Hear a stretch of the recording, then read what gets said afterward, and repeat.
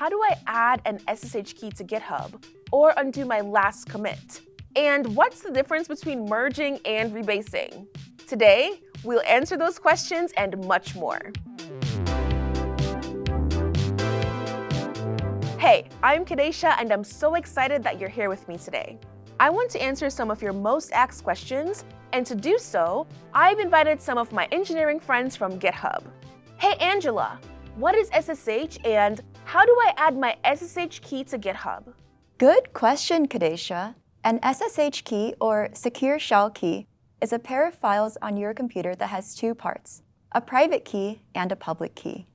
The private key stays on your computer and should never be shared. The public key is what you share with platforms like GitHub.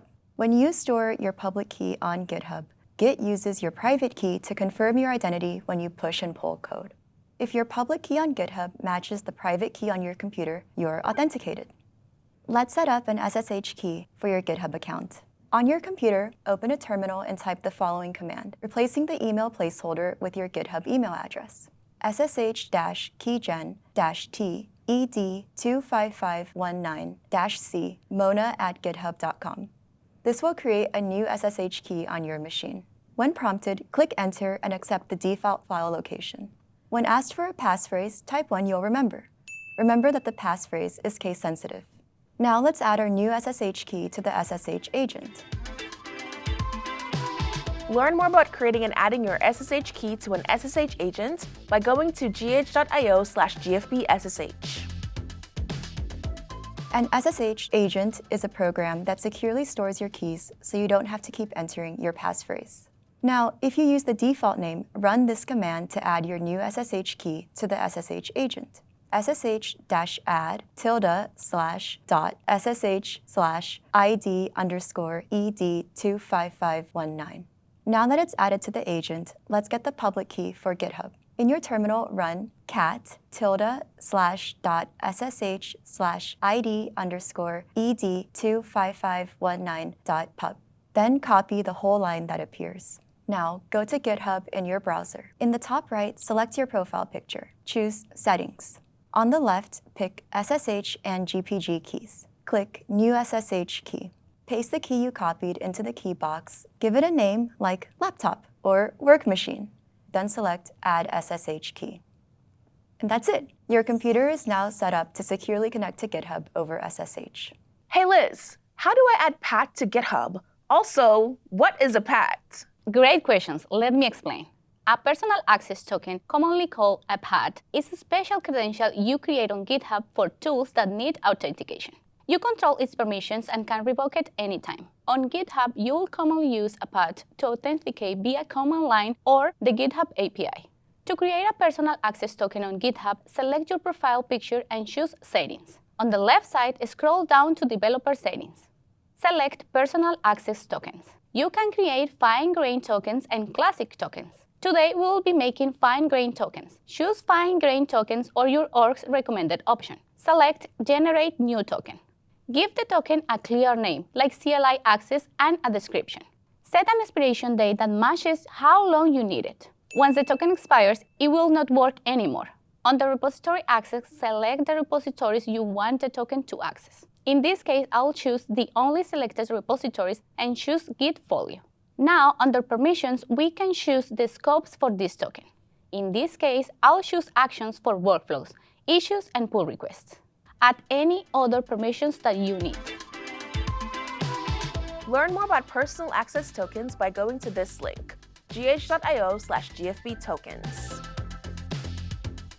We can now update the access for each permission to be read and write, or leave it as read only. When you're ready, scroll down and select Generate Token. GitHub shows you the token once, so copy it and store it in a safe place, such as a password manager. If you want to create a classic token, in Developer Settings, click Tokens, Classic, then click Generate Token. Give the token a clear name, like Terminal Access, and set an expiration date that matches how long you need it. Choose the scopes for this token. For Git operations on your own repos, select scopes like Repo for repository access, and any others your workflow needs. When you're ready, scroll down and select Generate Token. GitHub shows you the token once, so copy it and store it in a safe place, such as a password manager. Next time Git asks for a password in your terminal, paste this token instead of your GitHub password. Hey Liz, what's the difference between merging and rebasing? And how do I fix a merge conflict? A merge conflict happens when two changes touch the same part of a file, and Git needs your help to decide what the final version should be. Let me show you how to use the GitHub UI to resolve a merge conflict. When you open a pull request that has a conflict, GitHub shows a message that the branch cannot be merged. Select Resolve Conflict. GitHub will show you the conflicting file with the markers. You can edit the file right in your browser. Choose the final version you want and remove the conflict markers. When you're done, select Mark as Resolved in the top right-hand corner. Then select Commit Merge. Your pull request is now updated with the resolved conflict. Now, what are the differences between merging and rebasing, and when do you use each? Merging combines changes from one branch into another by creating a new commit that ties both histories together. It preserves the complete history of both branches. You merge when you want to preserve the full history of how work happened. Very common for feature branches going into main. Rebasing moves or replace your branch commits on top of another branch, rewriting history to create a linear, cleaner commit timeline. You rebase when you want a clean linear history, like updating your feature branch with the latest changes from main before merging. Hey Glenda, how do I undo my last commit?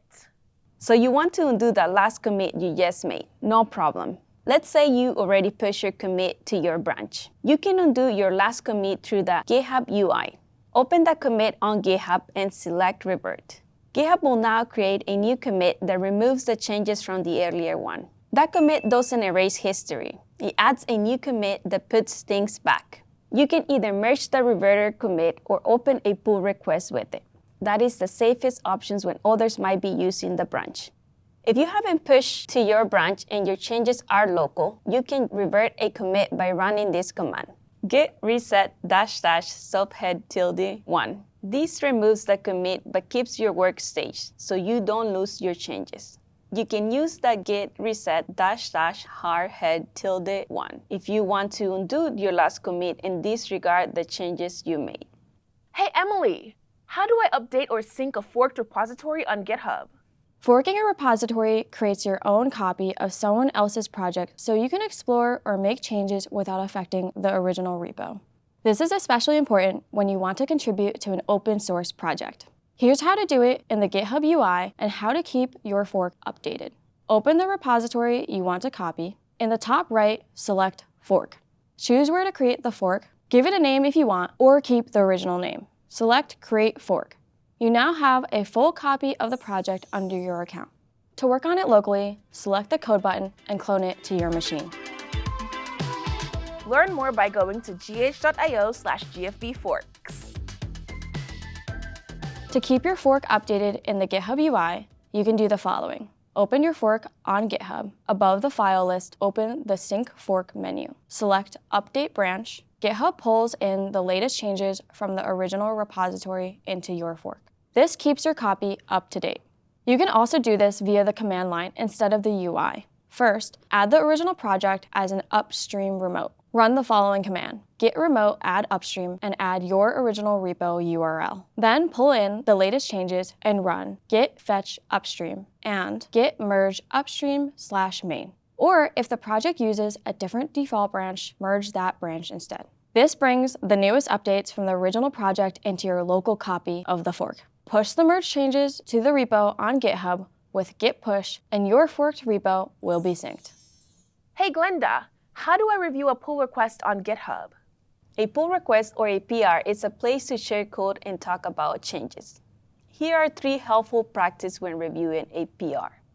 First, start by understanding the goal of the PR. Open the pull request and read the description. Look for the issue it relates to, any screenshots or notes from the author. Knowing the purpose helps you understand why the changes exist and what you're looking for. Next, review the code in small sections. Open the Files Change tab. Move through the changes one group at a time. If something isn't clear, leave a comment on the line. Ask questions, offer suggestions, or let the author know if there is any better approach that you can see. Keep your comments specific so that they know exactly what you're referring to. It might also help to open the code on your machine, either via the command line or in a code space, to run the code to ensure that you understand. Use terms like need if your comment is not a necessary suggestion for merging the PR. Lastly, highlight what's going well. When you see code that's well organized, thoughtful, or teaches you something, mention it. Positive feedback reinforces good patterns and helps teammates feel supported. When everything looks ready, use the Review Changes button to approve or request updates. Learn more about reviewing pull requests by going to gh.io/gfbreviews. As a little bonus, Copilot Code Review can also help you understand pull requests and suggest improvements. Your organization admin needs to enable Copilot for the repo or your user account. Once Copilot is enabled, you don't need to install anything special. Code Review appears directly in pull requests. When you open a PR, open the Reviewers menu and select Copilot. Wait about 30 seconds for Copilot to complete its review, then scroll down to read through Copilot's comments. Copilot always leaves a comment review, not an approve review or request changes review. This means that Copilot reviews do not count towards required approvals for the pull request, and Copilot's reviews will not block merging changes. Learn more about Copilot Code Review by going to gh.io/Copilot Code Review. Remember, when reviewing a PR, understand the goal, review in small sections, and highlight what's going well. These 3 tips will help you review code like a pro. Thanks so much, Emily, Liz, Glenda, and Angela for answering our questions today. Next time you have a question about SSH, PAT, or rebase, you know where to go. Remember to check out the blog post that accompanies this episode. And thanks so much for watching GitHub for Beginners.